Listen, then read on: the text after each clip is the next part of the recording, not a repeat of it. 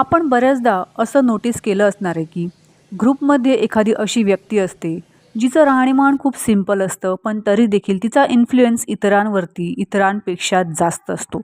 तर तो का, हे मी तुम्हाला सांगते. तर त्या व्यक्तीमध्ये एकच अशी सवय असते जी इतरांपेक्षा त्या व्यक्तीला वेगळं बनवते, आणि ती म्हणजे कमी बोलणे.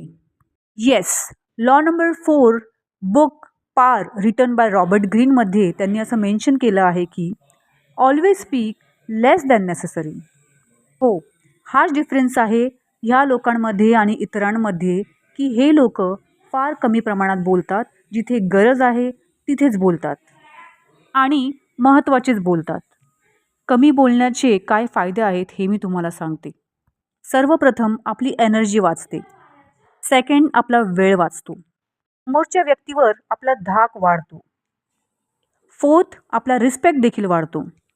फिफ्थ, चुका आणि पश्चाताप दोन्हीही टाळता येते.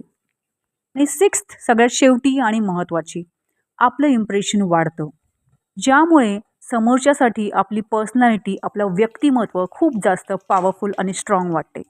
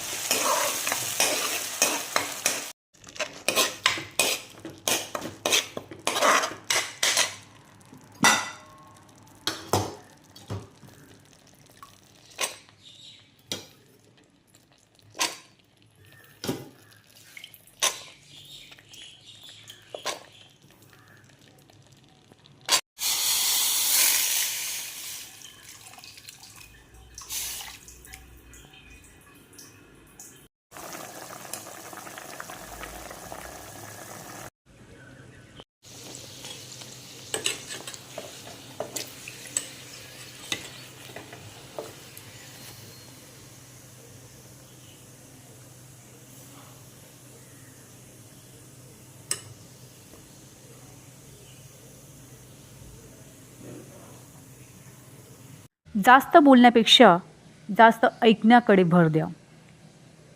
Talk less and listen more. तर आशा करते जर तुम्हाला माझी रेसिपी आणि टॉपिक थोड्या प्रमाणात जरी आवडला असेल तर लाईक, शेअर आणि सबस्क्राईब करायला विसरू नका. आणि eat healthy, think healthy. Thank you so much.